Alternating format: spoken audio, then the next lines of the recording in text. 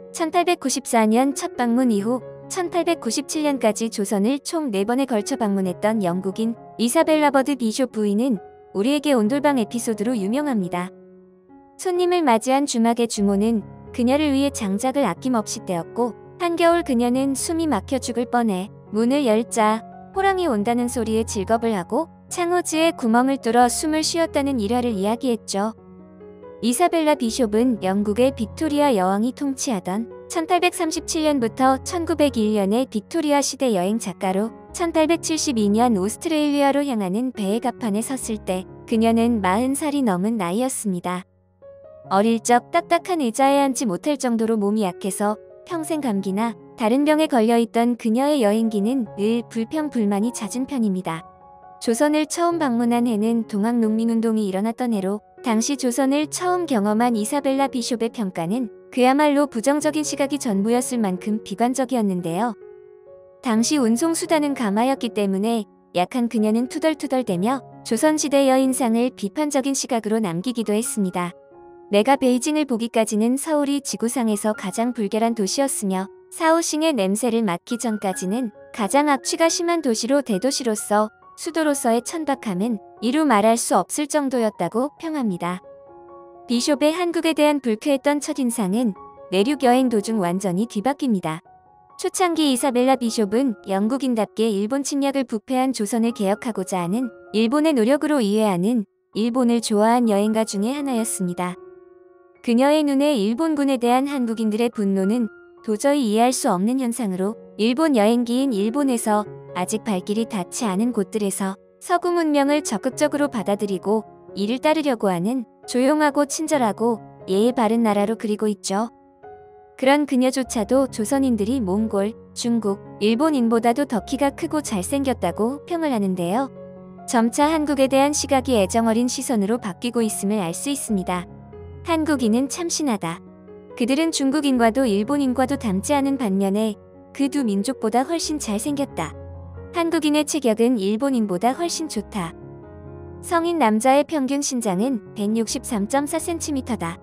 이는 A, B, 스트리플링이 1897년 1월 서울 지역에서 1060명의 성인 남자를 대상으로 재어본 값이다라고 근거까지 대고 있습니다. 도덕적으로 지극히 건전하고 대단히 명민하고 똑똑한 민족으로 한국인들은 스코틀랜드식으로 말해 말귀를 알아듣는 총명함을 상당히 타고났다고 칭찬을 합니다.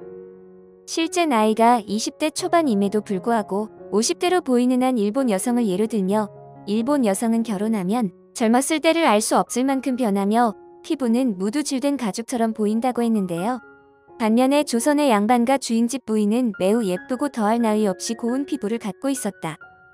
그들은 내 옷을 이리저리 조사하거나 날 이리저리 끌고 다니거나 모자를 벗겨 써보기도 하고 머리카락을 잡아 펴보기도 하며 내 머리핀에 정신이 팔리기도 하고 비명 같은 웃음소리를 지르며 내 장갑을 끌어내리기도 했다라며 발랄하게 표현하고 있습니다. 이사벨라 버드 비숍은 한국과 그 이웃 나라들에서 한국인들은 확실히 잘생긴 종족이다. 체격도 좋은 편이다. 남자들은 힘이 매우 세어서 짐꾼들에게 45kg의 짐은 보통이다. 남녀 모든 계층 사람들의 손은 매우 작고 희고 멋있게 생겼다. 한국인들의 일상적 표현은 당혹스러움을 느끼게 할 정도로 활기차다. 얼굴 생김새는 가장 잘생긴 사람들을 기준으로 보아 힘이나 의지의 강인함보다는 날카로운 지성을 나타낸다라고 서술하고 있습니다. 이는 한국에 지극한 애정을 가졌던 헝가리의 민족학자 발로그 베네데크 바라소시가 1929년 펴낸 코리아, 조용한 아침의 나라의 내용과 동일합니다. 코리아 민족은 양반들뿐만 아니라 가장 신분이 낮은 사람들조차도 귀족의 티가 흐른다. 체격과 외모 면에서도 일본인 중국인들과 비교해 매우 귀족적이다. 특히 여성들은 일본, 중국 여성들보다 훨씬 미모가 뛰어나다. 또한 머리 전체를 뒤로 따아 넘긴 여성들의 머리 스타일은 헝가리 여성들의 머리 스타일과 매우 비슷하여 퍽 인상적이었다라는 내용이죠. 최근 AI 기술의 발달로 조선 후기부터 일제강점기에 찍은 사진의 화질을 복원하는 작업이 활발하게 이루어지고 있습니다. 그 사진들을 보면 우리 조상들을 보며 왜 이런 말을 했는지 실감할 수 있는데요. 웹사이트 마이헤리티지는 빅데이터 기반 가계도를 중심으로 딥러닝 기술을 기반으로 하여 조상의 사진을 선명하게 만들고 채색까지 해주는 서비스가 있습니다. 조선시대 구한말 최고 기생이었다는 이름 없는 여인의 모습을 컬러링을 해보면 어렴풋이 예뻐 보이던 모습은 선명한 이목구비로 지금 봐도 세련된 미인입니다. 1897년 조선 계양장에 거주했던 외국인 수는 23,000명으로 그중 일본인이 20,000명, 중국인이 2,500명, 영국인은 70명, 나머지 유럽 나라는 10명 정도로 이들은 대부분 선교사거나 외교관으로 호기심 강한 여행가이기도 했습니다. 1894년 겨울 비숍이 일본 여행을 마치고 한국으로 올 때 유럽 사람들은 한국이 그리스 연안 어디쯤 있다고 알 정도였는데요.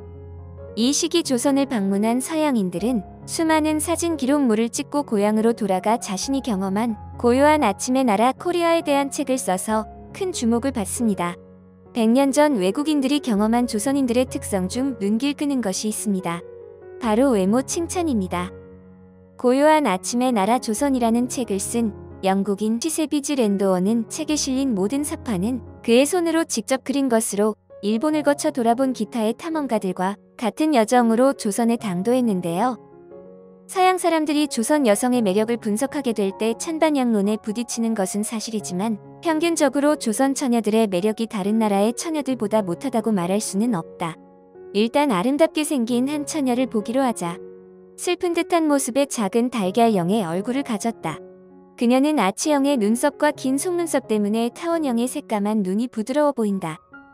약간 덜 평편한 것이 낫겠지만 그녀는 곧은 코와 달콤한 작은 입을 가지고 있으며 눈처럼 하얀 예쁜 아래 뒷니를 드러내고 있다. 당신이 그녀를 처음 보게 된다면 그녀의 행동은 상당히 고결하고 침착하게 느끼게 되어 당신은 그녀를 거의 작은 조상으로 여길 것이다. 그는 웃음을 흘리려고 하지 않는 것처럼 보이는데 바로 그것이 그녀의 정숙함이다. 그러나 일단 수줍음이 가시면 그녀는 놀라울 정도로 밝아진다.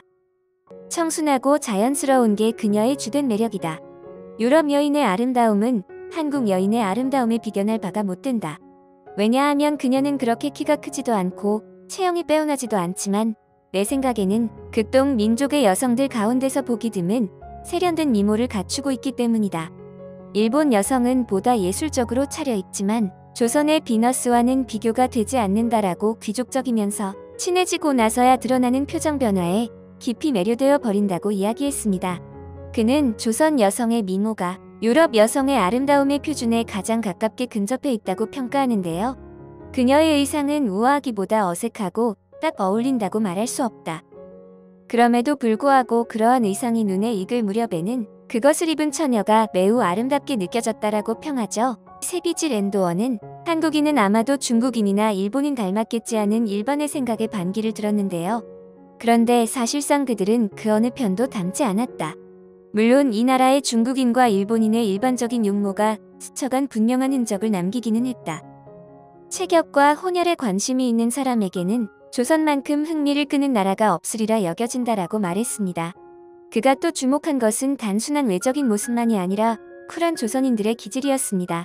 그는 조선 사람의 인상을 흥미있는 연구 대상으로 규정하며 관찰했습니다. 고통이나 즐거움, 슬픔 혹은 흥분의 감정을 나타내는 방법들을 특별하게 배우지 않아 늘 이상하리만큼 평온함에 잠겨있지만 조선인은 또한 상대방을 멸시하는 표정과 태도도 남달랐다고 고백하는데요. 고개를 천천히 치켜 올리고는 반은 귀찮다는 듯이 그리고 반은 조금도 신경 쓰고 싶지 않다는 듯이 상대를 경멸스럽게 쳐다본다고 서술했습니다. 그러나 랜도어는 이는 미개인들과는 전혀 다른 조선인의 기질로 객관적으로 인정하고 비범한 지성을 가진 그들에게 늘 압도당했다고 고백합니다. 투지 있게 열성적으로 공부거리를 습득하는 조선인들은 외국어를 매우 쉽게 익혔고 놀라울 정도의 신속한 이해력과 뛰어나게 현명한 추조 능력을 타고났다고 느낀 것이죠. 훌륭한 기억력과 빼어난 예술적 소양을 가졌지만 선량한 조선 사람들은 특별한 취급을 받는 것을 달가워하지 않기 때문에 표정을 숨긴다고 말합니다. 실제로 컬러 복원된 사진이나 저화질 영상 기록물을 고화질 영상으로 복원한 기록물을 보면 스웩이 넘치고 장식 없는 하얀 두루마기 자락을 펄럭이며 걷는 조선시대 우리 조상님들은 체격과 인물이 현대인이 재현한 것이 아닌가 싶을 정도로 당당하고 멋스럽기 그지 없습니다. 긴 곰방대와 나미와 붐붐 동그란 검정 선글라스를 끼고 서울 거리를 활보하는 노년의 할아버지가 존재하는 100년 전 조선은 이국의 선교사와 여행자에게 놀라운 신세계로 담뱃대를 물고 휴식을 취하며 카메라를 응시하는 뱃사 공의 모습은 21세기 영화배우라고 해도 믿을 것 같습니다. 오징어 게임 이정재를 보고 한국은 연기를 위해 배우의 인물을 보지 않는다고 짐작하던 외국인들이 단지 수트를 챙겨 입은 모습에 놀라는 모습을 볼 수 있었는데요. 못생김을 연기했던 이정재처럼 조상님은 평범함을 연기하는 비범한 인물들이었나 싶습니다. 그 모습이 지금 대한민국 우리들의 모습이겠죠. 영상을 끝까지 시청해주셔서 감사합니다. 구독과 좋아요는 영상 제작에 큰 힘이 됩니다.